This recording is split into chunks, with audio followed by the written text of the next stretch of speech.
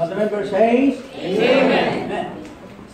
Magandang gabi. Kasi may natutulog eh. Amen. Magandang umaga sa ating lahat. At salamat po choir at ang special number. Dito po tayo sa ating Bible.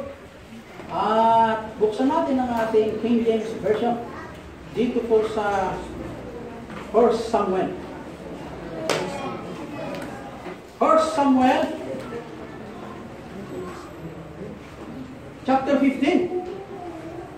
1 Samuel chapter 15, 13 down to 11. 13 down to 11. Ay, 13 down to 19, I should say.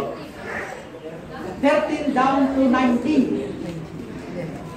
13 down to 11. Mali po. 13 down to 19. Ay, yung simulat dito eh. Mali-mali ang sulat niya. Ay. Sa verse 13, chapter 15, hanggat makating po tayo ng 19. Palitan po. And Samuel came to Saul, and Saul said unto him, Blessed be thou, O Lord, I have performed the commandment of the Lord. 14. And Samuel said, What will hear is the bleating of the sheep in mine ears, and the lowing of the oxen which I hear. And Saul said, They have brought them from the Amalekites, for the people spared the beasts of the sheep and of the oxen, to sacrifice unto the Lord thy God, and the rest we have utterly destroyed. 16. Then Samuel said unto Saul, Stay, and I will tell them what the Lord hath said to me. And Samuel said, When thou wast little in thine own sight, wast thou not made the head of the tribes of Israel? And the Lord anointed thee king over Israel. 9:18. And the Lord sent thee on a journey, and said, Go and utterly destroy the sinners of the Amalekites, and fight against them, and against them. Sabay tayo ng 19 do. Wherefore then didst thou not obey the voice of the Lord, but didst rely upon his voice, and didst hinder the sight of the Lord. O God Almighty, salamat Panginoon sa iyong mga salita na aming nabasa. Salamat po sa special number at ang choir. Sa lahat na andito ngayon, O Diyos, salamat po sa inyo. Salamat po sa nabautismuhan. At meron po candidate for baptism mamaya, Panginoon, after the service. I pray, O God, na nawa itong mabautismuhan ay lumago sila sa panampalataya mo in thy place. Sa lahat nandito ngayon, O Diyos, ay iyong pong bindisyonan ng bawat isa ay magkaroon ng kagalangan na pakinggan ng mensahe na ikaw makita. Sa mga kapatid na nasa ibang bansa, ay pwede, Father, na palaguin mo nilang panampalataya, kanilang pagkakitaan, ganun din po, O Diyos, na magkaroon sila ng good health and long life, na magamit sila yung Father of the Gospel. Salamat sa mga blessing and everything. In Jesus Christ, I pray. Amen. Na po magsipo.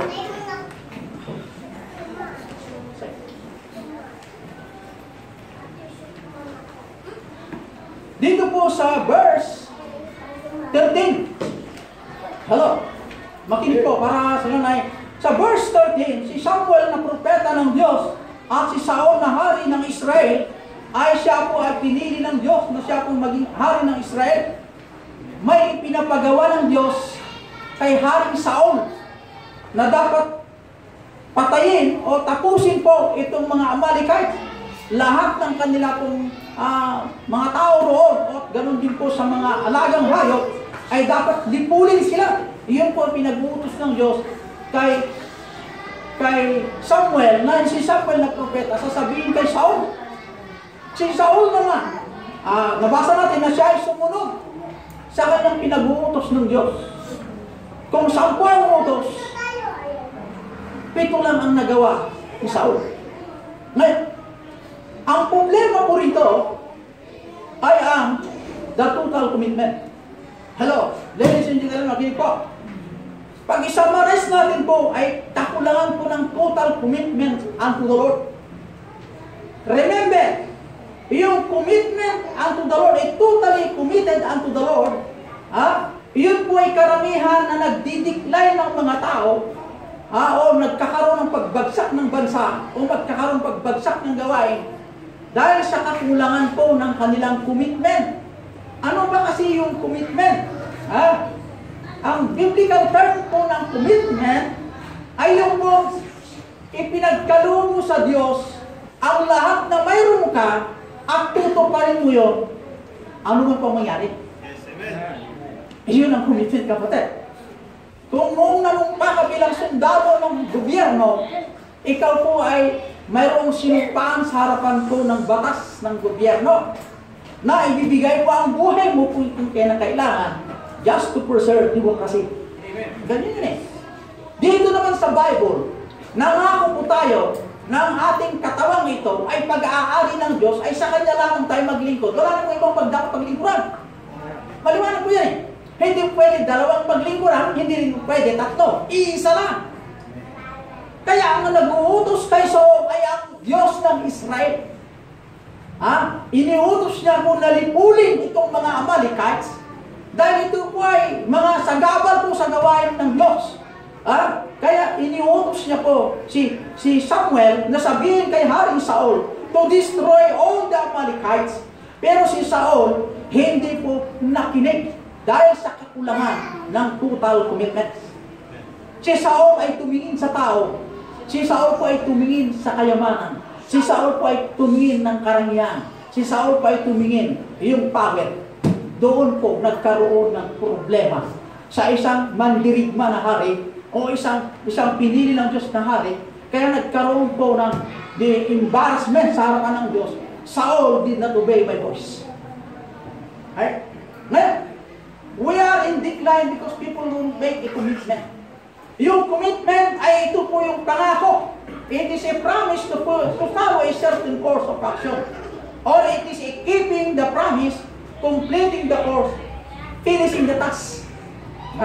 Ibig sabihin yung commitment, yung pangako nasa puso, ay dapat nating completuin at dapat nating tapusin. Never quitting.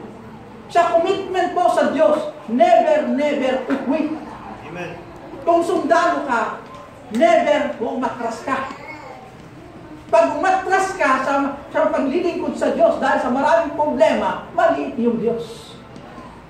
Bakit? Maliwanag ng pangako ng Diyos. If you obey my voice, I will fight those enemies fighting against you. I will be with thee. Maliwanag po sa pangako ng Diyos sa kanyang mga anak na masunurin sa Diyos. Meron bang Diyos na pabaya sa kanyang mga anak na masunurin? Wala. Ang Diyos ay nangako na protektahan ang kanyang mga anak na sumusunod sa kanya pong salita. Ang salita na nasa Bible po ay nagbibigay ng pangako sa bawat mga anak niya. Hindi niya pabayaan ang kanyang mga anak na masunurin sa Diyos. Saan nakikita ang Diyos ay pabaya?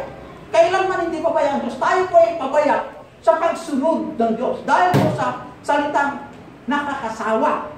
Dahil sa salitang sobra na. Dahil sa salitang mayroong duwa-duwa, mayroong pong doubting in our heart. Mga Kristiyano umawit sa yung dalawang puso. So si Edmar, umawit na yung dalawang puso ko eh. Alam niyo sa dalawang puso, hindi maganda yung dalawang puso. Iisa ang puso, iisa ang Diyos. Amen? Dalawa ang puso. Kalusin natin yan. Iisa ang puso ko. Amen? Ganyan. Lord God, be the glory. Iisa ang puso natin yan. Ganun po yung paglilingkod mga kapatid. At thank God, nandito po yung mga barangay salvation nandiyan sa likod. At ang isa po ay candidate for baptism in Mrs. Bakit tayo nga yung Mrs. na candidate for baptism niya? Palakpakan natin. Palakpakan natin. Christians, we need to go beyond the natural definition and see what God wants us to do. We should go beyond. Ano ba ang definition ng total commitment? Yung total commitment, keeping the promise. Itong mga ladies ko, itong mga men, pag nangako sa mga ladies na kailangan mga sinisintay, pati buhay nila ay binibigay. Di ba, Brother Brendo, binibigay mong buhay dahil mamahal mo yung babae? Ano ba gano'n? kahit tatagayin ka ang away, di, mahal ko to. Ayan, ayaw mo yung sarili mo. Malimang kay Edma, kasi Edma, tirahin mo na, hindi ko kumanda, kalahat ka. Hindi mo pwede yung ganyan. Keeping the promise sa Diyos, hindi mo pwede yan. Sa tao pwede, pero sa Diyos hindi mo pwede. Kaya ang Kristiyanong dalawang puso ay talagang titibakin ng Diyos yan. Gusto mong matibak, kasi dalawang puso mo. Alam mo, mayroon matibak tayo dito, kapatid. Ibig sabihin, maparusaan sa harapan ko ng Diyos. The biblical exhortation sa Roma 12:1.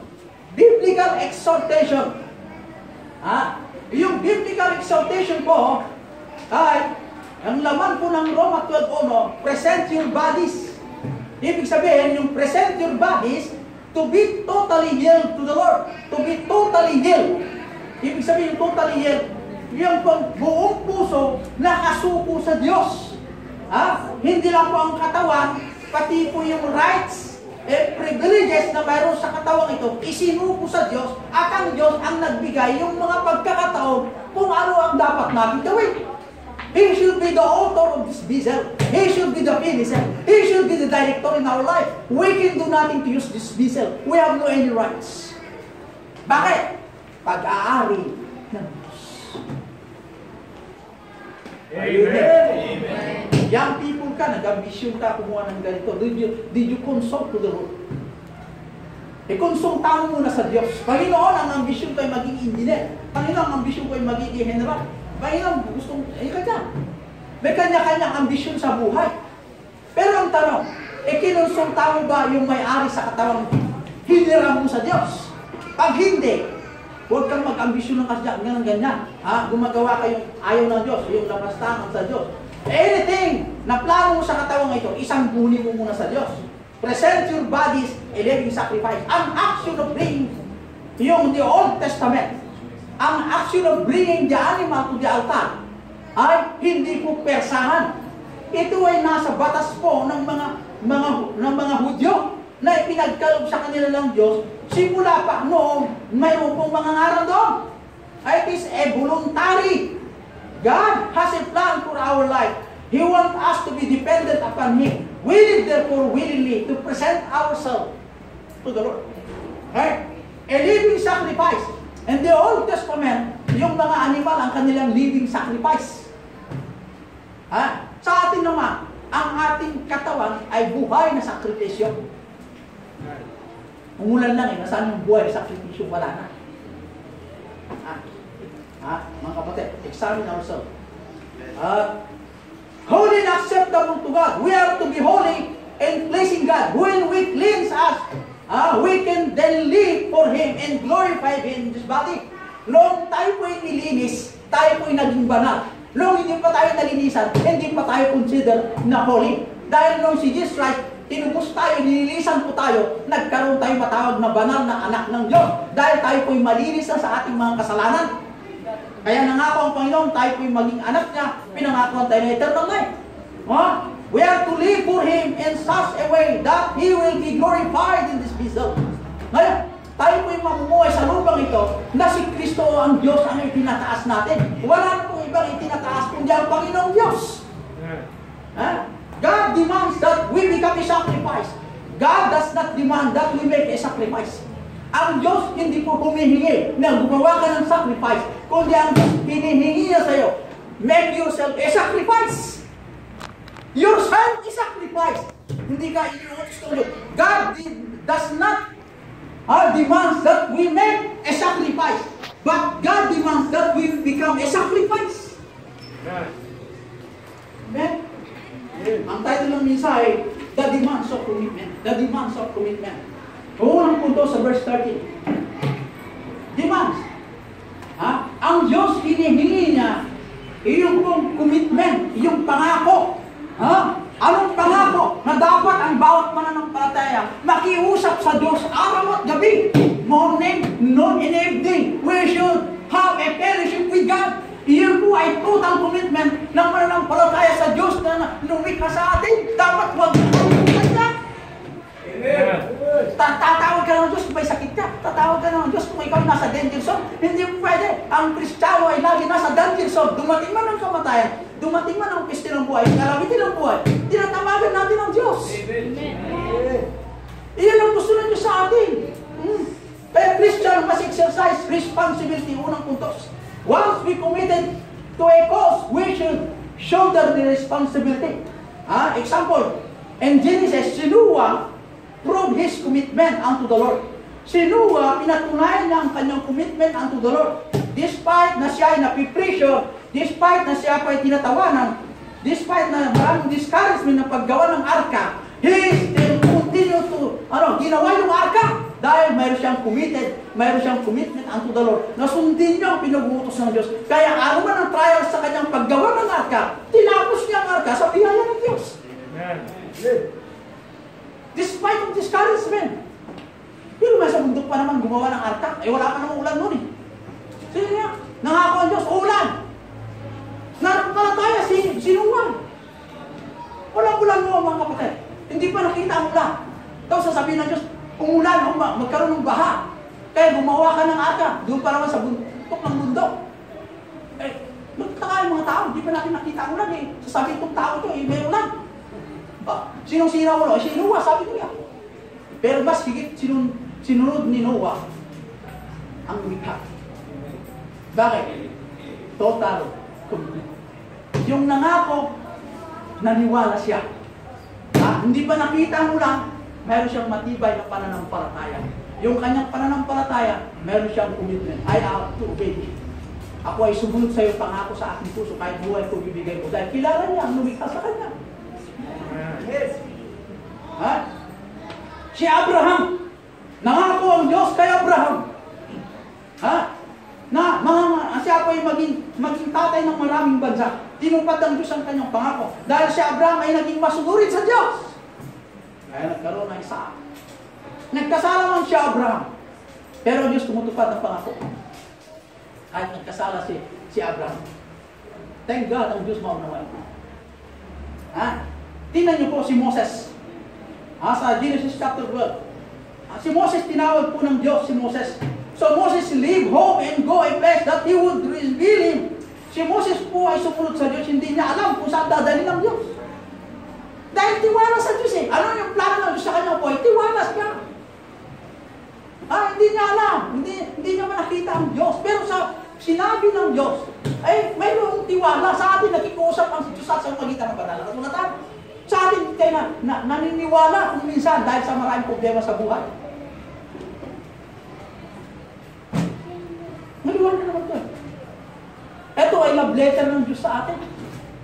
Ito ang napabayaan ng marami na basahin. Anong binabasa? Mga young people lang, yung ganyan. Ano yung ganyan? Nung panahon namin, wala yan. Iyon ang back lumitaw ngayon. Brother din yun, ano yan? Ano yung ganyan? Ayaw ko yan. Basta ako, wala akong alam dyan. Pero maganda yan, walang problema. Pero kung alam mong kontrolin, merong oras dyan, merong pagbabasa ng Bible, meron yung oras manalangin sa Diyos, may oras ang lahat. May oras pagkain sa umaga, may oras pagkain sa tanghali, may oras pagkain ng hapon. Hindi ba gano'n? May oras lahat. Amen. May oras manliligaw, may oras mag-date, may oras lahat, hindi mo buong araw. Maraming masagasaan yan, mga kapatid. Si David, si David po, nagkaroon ng commitment. Sa Panginoon. Mayroon siyang pangako na ako ay maglilingkod sa iyo upang sa kanyang bata, kung basahin mo tuloy ko yung 1 Samuel 15. Sabi ni Saul sa kanya, wala akong alam sa iyo maliban na ikaw ay bata. Samantalang ang umahamon sa iyo, he is imarugwa. Simula ko ng bata.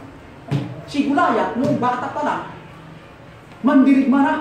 Ibig sabihin, naturuan ng pandigma na labanan. Bata pa lang si Goliath. Samantalang ikaw na David, maliit ka pa lang, ang alam ko sa iyo, ikaw po ay bata. Wala akong alam na ikaw ay mandirigma, ikaw ay nag-training nito. Wala. Ang alam ko, ikaw tagalagan ng hayop, ikaw na ay bata. Nag-grade. Si Saul, nagbigay ng grade sa bata. Kaya mahirap ismuli ng mga bata. Ito si AJ. Kaya sabi mo sa kanya, si AJ na, walang mararating niya. Anong nga lang, balang araw, gamitin ng Diyos siya. Naging niyo sa mga siya. Wala. Si AJ na yan, ganyan-ganyan pa rin ulit. Ganito, sipat-sipat na yan. Hindi pa rin. Kaya hindi natin hawak ang panahon ng bawat tao. Ang may hawak ang lahat ay ang Diyos. Kaya mahirap yung manghusga. Kaya, si Edmar, ang bait-bait na Edmar mo, nandito pa sa panoon, dahil kung panahon na, ang edad niya ay ganyan. Ngayon ay, commander ng Hukok Balahag na ngayon. Paano nangyari yun? Hindi natin hawak ang buhay. Ganyan ba, si Jonathan, ang bait-bait na kanya. Di ba, ang babae pinaiyak? Dahil nasintensyahan ng sigalit na. Hindi natin alam ang buhay. Ganun na naman eh. Pero ang panalangin natin, hindi ganun. Hindi, ibig sabihin, nagpapatunay sa atin na hindi natin alam ang panahon, ang Diyos lamang ang may alam, ang ating kinahinatnan. Pero nangangako ang Diyos sa atin, He will give us a good destiny and we will obey His word. Amen. Kaya kailan pa tayo mag-obey ang kanyang salita? Kung natin disobedient, yung ayaw ng Diyos ay bibigay sa atin, pag-ibigyan po tayo. Si Duterte nga, ayaw niyo ang peace, hindi natin bigyan.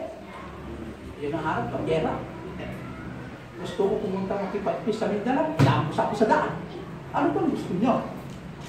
Tama naman si Duterte. Tama. Pero may bali ka. Si Jesus Christ, noong bumaba mula langit, walang bali ka. Wala. Bukod na pumunta sa lupa, hawak niya po ang buhay na walang hanggan. Hawak niya. At hawak niya rin po ang circumstances. Ano yung circumstances? Ang bagyo, higla, hawak niya. Ang sinumang sumampalataya sa akin, sabi ni Kristo, ay maliligtas. Ay, may magtuturo pa rin na ang sumampalataya kay Kiboroy ay maliligtas. Ay, hindi mo pwede yung kanyang katuruan eh. Dapat ang katuruan mula sa banal na salita ng Diyos. Amen. Amen. Pinag-game si Brother Bendo. Huwag din ang Brother Bendo. Brother Bendo dito po tayo sa last point. Kasi, yung mata niyo, yung iba ng maningin. The last point sa verse 18 down to 19. The practical commitment. Meron tayong 3 areas we should consider. We must commit our time. Psalm 89:47. Remember how fleeting is my life. Time is limited for us. We need to use our life wisely. Ang buhay natin maiksi. Si Edmar, hindi na kaya abutin ng 100 niya. Amen. Maliban lang kung sabi mo yun, abutin ni Edmar ng 100, ganyan na lang. Wala nang may gusto abutin ng ganyan, 120, 150. Mas maganda yung umuwi na natapos na ating misyon. Masaya tayo dyan eh. Tingnan nyo, si Lazaro, mahirap sa lupa, pero mayaman spiritually. Noong namatay, sinalubong ng mga angeles. Yung mayaman, kagalang-galang sa lupa, nung namatay, sino sumalubong sa kanya? Apoy ng impyerno. Pero sa lupa, minamatya, may parit. May ganun, may yaman. May taga-pagto. Si Lazaro, tinapon lang kasi mahirap yan. Pero ang sumalubong sa kanya, mga angeles. Di mas maganda yung escort mo, anghel. Kaysa sa lupa dito kayo escortahan mo sa panlupa, temporal na escort. Pero pagdating ko sa pangalawang eternal tormented at sa eternal life, ay iniskortan ng mga demonyo, hindi. Ang umiskort sa kanya, pag-gising niya sa impyerno na. Ibig sabihin, walang umiskort. Mas maganda si Lazaro. Mayaman spiritual, may umiskort. Parang din na si Lazaro, makahanip tayo, Lazaro. Kaya ang panghiling ko, hindi basihan kung ikaw mayaman. Ang basihan, kayamanan sa puso, pwede. Kasi yun po nasa Bible. Kaya, we must consider our life to be committed unto the Lord. Ating oras. Ilang bang oras na ikaw po ay naglilingkod sa Diyos? Ilang oras mo ay ginugol naman sa panalangin? Ilang oras mo na ikaw po ay nagbabasa ng Bible? Ilang oras ka naman na ikaw ay nag-share ng gospel? Ilang oras ka naman nag-invite ng tao punta sa church? Computing mo yan. Isang araw, 24 hours. Disregard mo po yung 8 hours sa pagtulog. Plus, 3 oras o 11 hours. Plus, Ay, istorya, isang oras, 12 hours. Yung 12 hours, saan mo nagkamali? Maganda sana kung wala tayong pangalawang pagkikita sa iyo. Mayroon pa naman. Paano sabihin ng Diyos pangalawang pagkikita? Ikaw, brother, ma. Saan mo ginamit ang pinahirap ko ng buhay sa iyo? Yan. Gusto mo itibigin ang buhay mo yan. At ma, Linggo, alas 8, alas 9 ng umaga, nandito ka sa petsa ganito. Sinong kasama mo? Kasi ganito. Yan, makikita ko. Sa petsa Martes, ikaw ay tumutungan ng ganito. Yung mahaba ang leeg. Bakit? Diba sinabi ko ng Bible, ayaw ko yung gano'n. Ang gusto ko kung makausap ka sa akin. Hindi ka nakikusap sa akin. Pag hindi ko tawag ako. O, isa pa ito. Ang dami kang nagtino. Makikita mo ito, may re-reveal lahat ng sa ta. You cannot hide. Wala kong pwedeng itago doon. Doon ang tingilan. Kaya meron tayo kanya-kanyang personal account na sagutin ang lahat ng mga ito sa harapan po ng banal na Diyos. Ngayon, wala akong nasabi sa iyo. Kaya sinasabi ko sa inyo para hindi na ako mag-isara. Nga, mayroon tayong kanya-kanyang pananagutan sa harapan ko ng Diyos. Hindi tayo pwedeng magtago. Ikaw, Edrel, saan ka pumunta sa ganitong petsa, sa ganitong pa? Kailan may ginugo ng buhay mo maglingkod sa akin? Kailan ka lang umawit para sa akin? Mas higit mong pinaglingkuran ng word kaysa sa akin na Diyos na lumikha ang buhay mo. Anong sagot mo ngayon? Iyak ka. Ang sabi ko ng Bible sa Revelation, iiyak ang kaluluwa niya. Kung gaano prostrate niya sa lupa, mas matindi ang kanyang pag-iyak. Panginoon, buhayin mo pa ako, ako luwari sa lupa. Wala ka. Hindi na pwede magkaroon pangalawang buhay pa. Time is limited. It is a time to seek the Lord. Sa Hosea 10:12. It is a time to seek the Lord. Haggai 1:5. Consider our ways, that we should acknowledge the ways of God. Psalm 119 verse 37. Turn my eyes from looking at vanities. Give me my life instead, and I use my life in serving thee, the precious time for you to be glorified. We must look those things of eternal value, not a temporal value. Christians of today, they are looking at temporal value. Yung temporal value, temporary na kakayamanan sa lupa, pansamantala lang dito sa lupa na gagamitin ang katawan ito. Hindi mas maganda mag-ipon ka ng kayamanan sa lupa, damay mo ang mission, damay mo ang gawain. O di kayo mga iniipon ng kayamanan sa langit, pag duwating, o tayo mamatay. Di ba rin mayroon na mga eternal reward? E paano kung wala kang eternal reward? We must look those things of eternal value. Because we don't have much time to stay. God wants us to have a priority sort out in this world. We must commit our ways. God is not looking for people who are prepared to give offering. He is looking for people that are totally committed. That being committed, we might fulfill this eternal purpose of this life. Hindi hinahanap ng Diyos kung paano ka maghanda ng offering at commitment. Ang hinahanap ko ng Diyos sa atin, yung totally committed unto the Lord. To obey His word. Na ang katawan ito, pag-aari niya, you have no any rights to use this vessel according to your own ways. What do I emphasize? Amen. Remember that, members. Kasi 2019, may kanya-kanya tayong kinaharap na problema. Pero meron tayong isang Diyos na siya ang tagatapos ng problema. If only we obey His word. Don't ever use your might, your wisdom, but use what God ways. Sa magitan ng paghingi ng wisdom, sa magitan ng pakiusap sa Diyos. Please, O God, control my problem. Please, O God, solve my problem. Please, O God, support me financially. Higit sa lahat, spiritual support. Dahil ako'y nanghihingi ng faith. Ang Diyos, tutulong naman sa'yo. Nangako naman ang Diyos. Kung ano yung mayroon kang problema, sabihin mo sa akin, ang aking isaulay mababa, na hindi mo maintindihan yung kung kalagayan sa lupa. Mababa ang kanyang mga sahol na pwede tayong intindihin sa ating pangailangan. Yan ang sabi nito sa ating pangalan. Marami pa rin mga members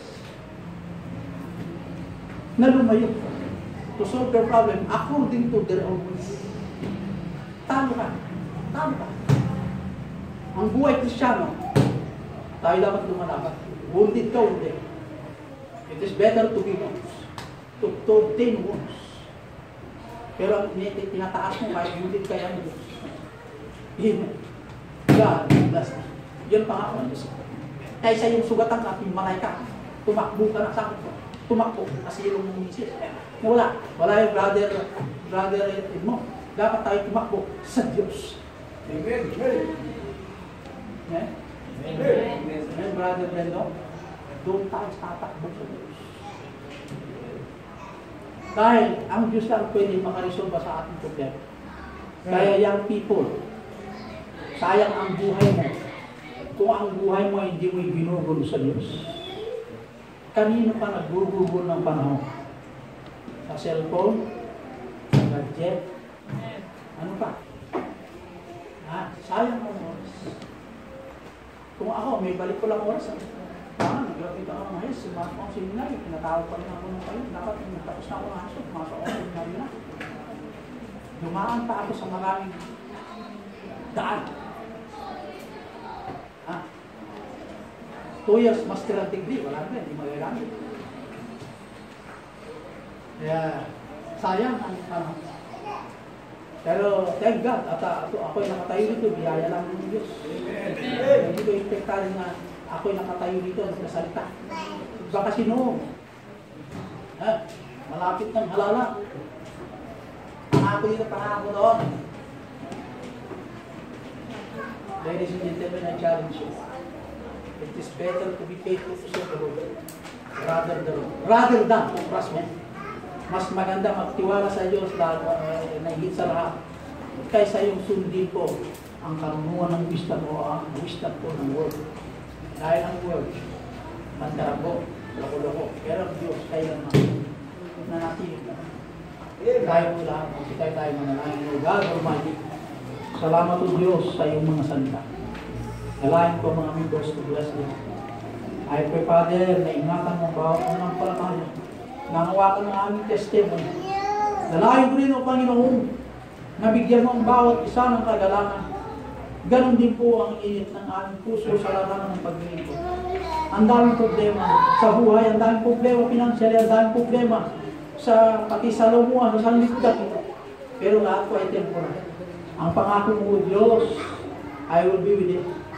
At ang pangako, ang aming eternal na aming destiny ay eternal life. Mayroong bayan na pangako sa langit. Mayroong ka, O Diyos, pangako sa mga rewards, sa mga good Christian at patuloy na lingkod.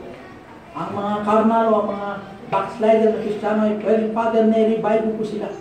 At ganoon po, gisingin po sila sa kanilang pagtulog na hindi po nila nagagamit ng kanilang buhay sa paraan ng iyong gusto, kundi ang paraan ng laman.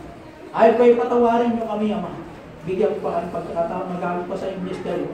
Sa lahat ng mga tither, at ganoon din po sa bigay ng first offering, I pray, Father, to bless them. Ganoon din po ang kanilang pagkakitaan, ang kanilang income. Maingatan mo, Diyos, ang kanilang pinagkatiwala sa kanila.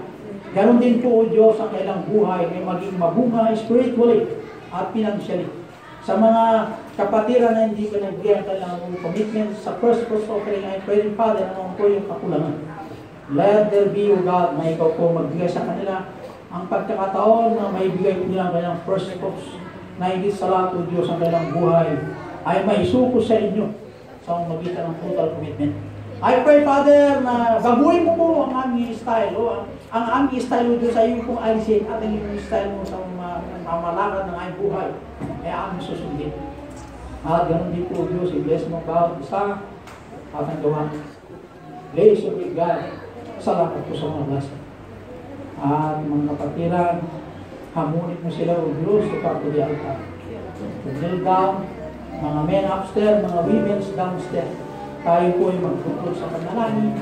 At tayo po ay manalangin sa Panginoon. Kausapin na natin ang Diyos, O Panginoon.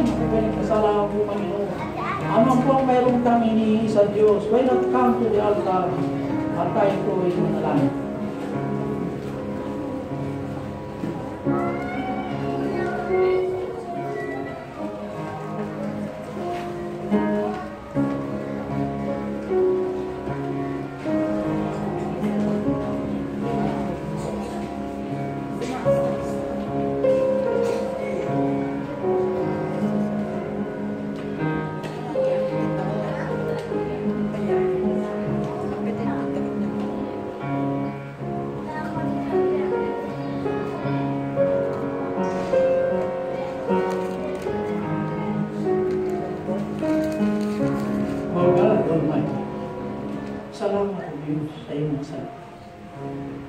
I-bless mo na, O Diyos, ang lahat ng nasaan tao. Hindi ko alam na yung dalangin ng Diyos. Pero ikaw na Diyos, na maunawain sa lahat ng panahon, nakaunawa sa bawat dalangin ng bawat isa. Dalangin ko, Panginoon, bilang thy servant, to answer your prayers according to thy grace and mercy. Please, O Lord, lang po ang kanyang dalangin naman, ay kumitulang kayo. Yung hindi nag-forward ay kumitulang kayo, Father, take care of your problems. Ano ang po, Diyos, ang kanyang dalangin? Ay kumitulang kayo, Father, to take care of that problem. At ganun din po na lagi i-revive mo po ang bawat isa sa kanila. Na pag-ibig ko sa inyo ay wala pong katangan. Kung hindi lagi pagkawali. I pray, O great God, ikaw lagi may taas sa lahat ng pagtitig. Sa lahat ng aming hakbang, Panginoon po yun. Thank you sa mga advices sa lahat para alam sa akin. Bigyan mo namin pagpakababa lagi sa harapan. Sa buhay namin, hirapan magamit namin. Ako dito kay Blessed Mercy. Mag-ikot kami na ayon sa iyo. I-bless mo bawat sa ang mga nabautismo ng lugar. I-bless mo mga bata. Sa kanilang paglaki, bago silang pagbabaran. I-bless mo rin po ang tagapagpuro. Bigyan mo sila ng wisdom. Gawin din po, O Diyos, sa gawain po ng salvasyon sa Alicia. Nawa may tayo, may balik po ang pagtayo po ng yero. May lagay po ang insulator, ganun din po ang mga windows, ganun po ang mga pintuan. Oh, great Father, have mercy po sa mga. At ang special Marcelo Jr. ay per Father, kung siya ng wisdom, na pangunahan po ang kilos na po sa barangay salvasyon. At lahat ng mga dinadala na bata at per Father, na ingatan ng bawat sa mga nanay, mga nanay pa rin. Dalahin ko, Diyos, kaawaan sila kaawaan mo na. Thank you for the provision. Thank you, Jesus. Amen. Tama mo si Maria sa mga kaparang. Meron tayong mabautismo ngayon. At tawagin ko natin yung kapatid niya, magbihis na po sa likod. At